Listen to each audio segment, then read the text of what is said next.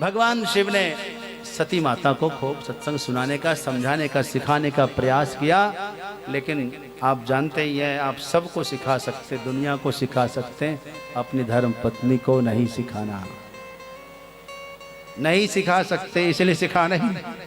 कोशिश करोगे बुरी तरह से हार हो जाएगी, आपकी फजीती हो जाएगी।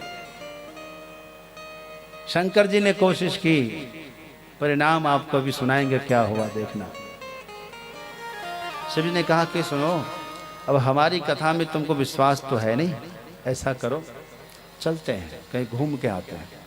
माताओं को घूमने का बड़ा शौक है, चाहे आप कितनी भी थकी हो उसको कहो कि चलो बाजार घूमने जाना है, फलाने जगह तुरंत तैयार। घूमने का बहुत शौक रहता है। चल देंगे, चल ठीक है, चलिए हम भी चलेंगे, कुछ नहीं बोले।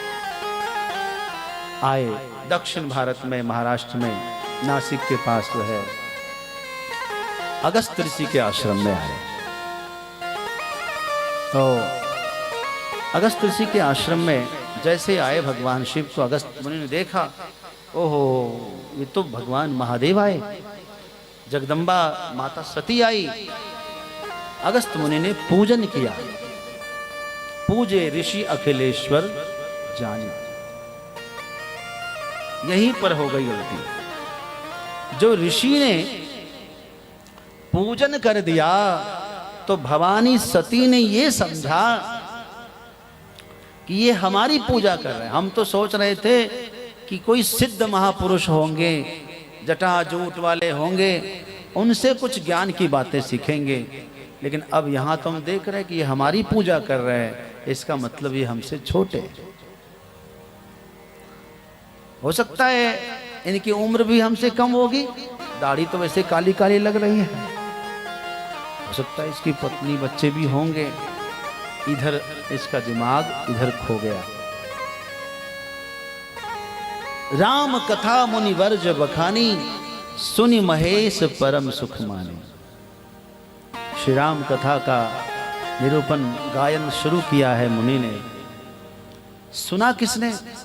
सुनी महेश, महेश ने सुना है, लेकिन भवानी ने नहीं सुना।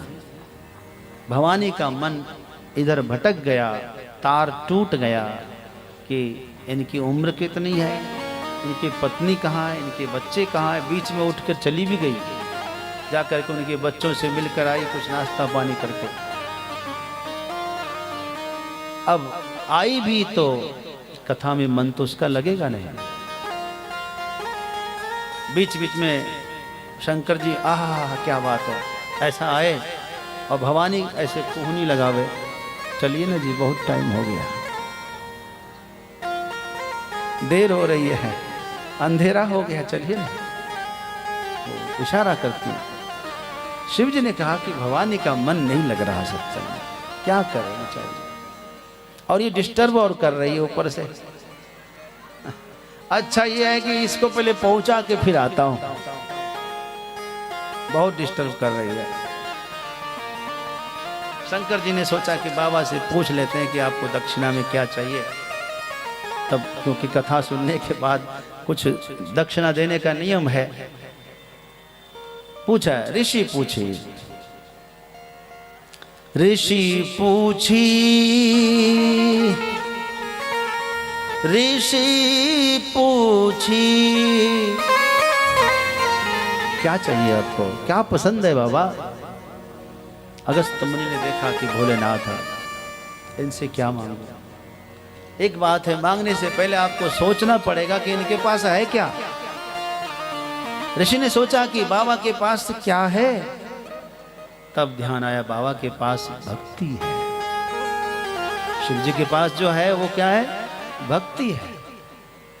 बाबा हरि भक्ति सुहाई, मुझे तो हरि भक्ति अच्छी लगती है। बोले शिव जी ने कहा अच्छा, इसका मतलब फिर मैं भी कथा करूं जी। अब भगवान शिव जी कथा कर रहे हैं, अगस्त मुनि सुन रहे हैं, भवानी की दशा क्या हो रही है, सती का क्या हो रहा होगा, आप सोच सकते हैं, कल्पना कर सकते हैं। बेचारी का कभी गोड़ा में दर्द, कभी कमर में दर्द, कभी कोहनी में दर्द। हे भगवान, इसको तो कोई काम ही नहीं है। काली कथा करो, कथा सुनो, कथा करो, कथा सुनो, और कोई काम ही नहीं है। हमको बहुत सारा काम है, बेचारे का मन ही न लगे, छटपट करे। शिव जी समझे बार बार क्या करें। ऋषि संतुष्ट हो गए।